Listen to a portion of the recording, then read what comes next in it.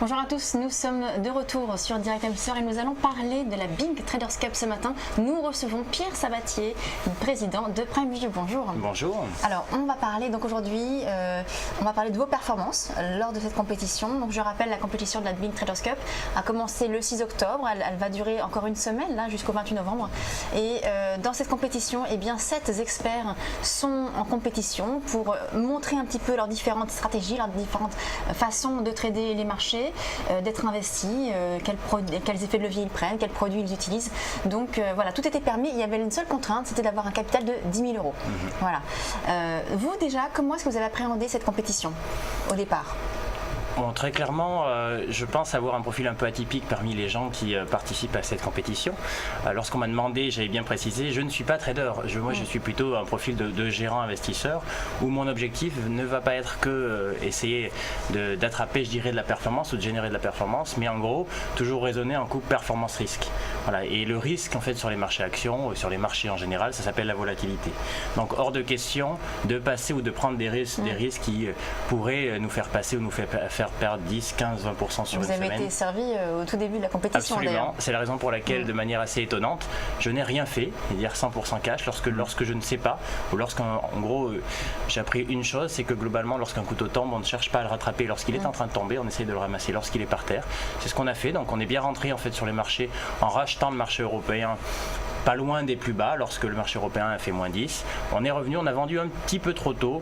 La raison pour laquelle nous avons vendu en fait le marché et même shorté en fait les indices sur les niveaux actuels, elle est assez simple, c'est que je pense que depuis entre le mois de juin et le mois de septembre, les marchés financiers ont changé de paradigme. C'est-à-dire que jusque-là, depuis 2 ans, on était dans un marché directionnel haussier, un bull market très clairement alimenté par la politique monétaire américaine notamment. C'est la disparition du quantitative easing fait véritablement perdre un moteur et je dirais presque le seul véritable moteur des marchés actions depuis 2 ans. À partir de là, je pense qu'on est dans un marché qui devrait osciller autour des niveaux actuels pendant un petit moment. Avant on n'est pas encore dans un marché baissier selon vous. Donc vous ne jouez pas à la baisse du Non, là je l'ai vu CAC. très ponctuellement. En fait, la manière dont nous menons nos stratégies, elle est très simple. La macroéconomie nous sert à qualifier l'environnement de marché. Qu'est-ce que c'est l'environnement de marché ? Globalement, il va être soit directionnel haussier, soit directionnel baissier, c'est ce qu'on appelle bear market, soit en forme de tel ondulé, c'est ce qu'on appelle le wave market. À partir de là, lorsqu'on a réussi à qualifier l'environnement de marché, on a des objectifs de cours qui ne sont pas les mêmes. De manière très simple, concrètement, on est exigeant bull market, c'est-à-dire qu'on reste investi dans un bull market tant que la hausse n'a pas atteint 18%. Si nous sommes en wave market, globalement, on reshort les marchés à partir de 8 à 9% de hausse. C'est la situation dans laquelle on estime être aujourd'hui, que ce soit aux États-Unis ou en Europe, le marché japonais ayant un profil un petit peu différent. Voilà, donc on pourrait être effectivement dans un bull market sur les marchés actions japonais, mais attention, globalement, en fait, cette hausse des marchés actions japonais, elle sera souvent contrecarrée par la baisse de la monnaie. Parce que lorsque vous êtes européen, concrètement, tout ce que vous gagnez, vous le rendez parce que le yen dévalue. Alors, on va revenir un petit peu sur le portefeuille que vous avez lors de la Bing Traders Cup. Vous traitez quel actif ? Aujourd'hui, dans le cadre de cette compétition, on n'a fait que des futurs sur du CAC 40. Extrêmement simple. Voilà, nous, notre leitmotiv, c'est la simplicité. On ne prend pas de risques cachés, on ne va pas essayer de faire les malins en essayant de faire du levier. Donc, 0 levier, parce que dans un monde aussi complexe que ça, je rappelle quand même qu'aujourd'hui, le principal moteur de la hausse des actifs financiers, ça reste les politiques monétaires. Donc, très clairement, s'il fallait donner une image, je dirais que aujourd'hui, on est en train de stabiliser une position de déséquilibre. C'est-à-dire que les niveaux de valorisation actuels sont très élevés, mais ils sont boostés par quelqu'un qui imprime de la monnaie dans sa cave et qui l'injecte dans les marchés. Donc bien sûr, ça c'est positif, tant qu'on a ça, les marchés vont continuer de monter, mais attention, il faut bien avoir en tête que c'est une forme d'administration des prix, donc je pense qu'il est raisonnable de ne pas prendre trop de risques dans cet environnement-là. Concrètement, comment est-ce que vous avez fait ? Donc vous êtes sur les futurs CAC, quelle méthode vous utilisez ? Vous êtes des objectifs de cours très simples.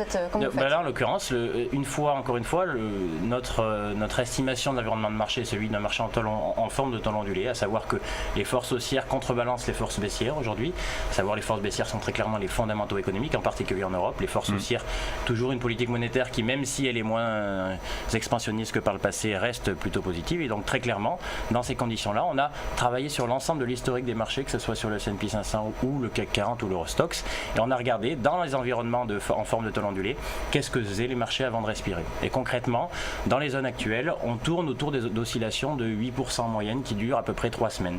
Donc très clairement, lorsque la baisse a duré 3 semaines et a dépassé les 8% ou a atteint 8%, on va redevenir acheteur du marché.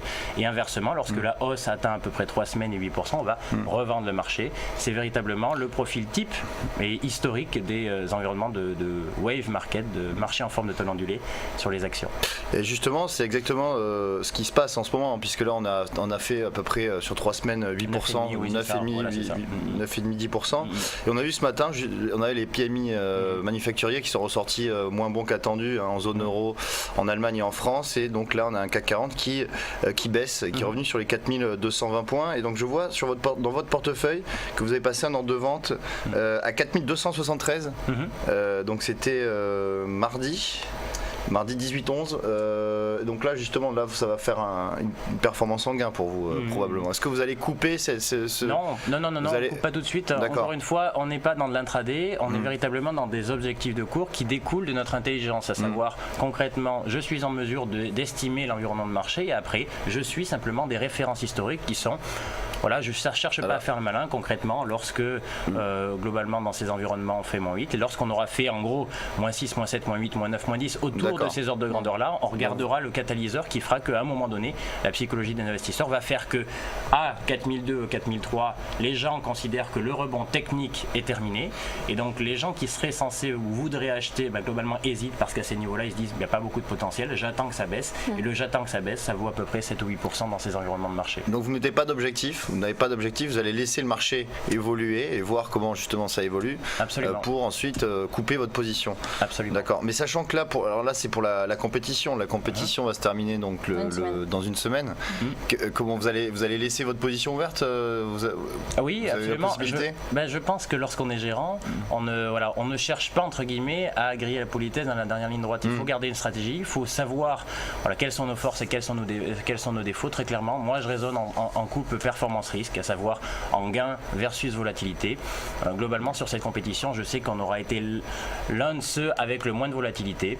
Voilà, peu importe la performance associée, mais on aura en tout cas rempli notre contrat. Je crois qu'en fait dans la gestion, j'irai le lien qui existe entre nous et nos clients, c'est avant tout une promesse et un lien de confiance. Et cette lien de confiance là, très clairement chez nous, c'est gérer avant tout le risque et le risque entre guillemets et de cette bonne gestion du risque découlera de la performance et pas l'inverse.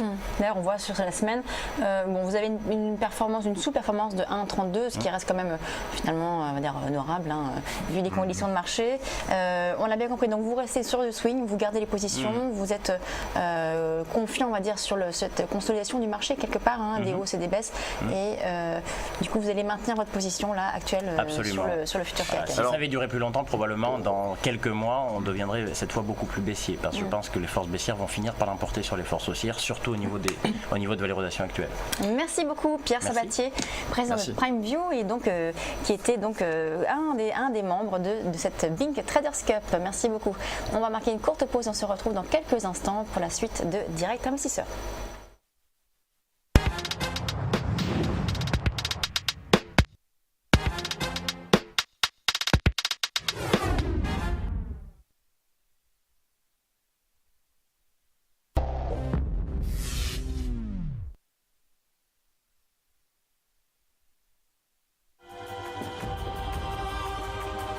Quand on aime l'action, on se lance sans la moindre hésitation, le plus simplement du monde.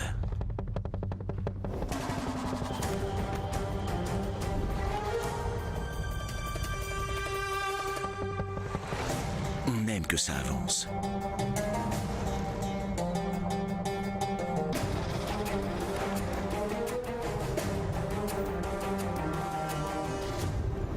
Mais pas à n'importe quel prix. Et on en veut toujours plus.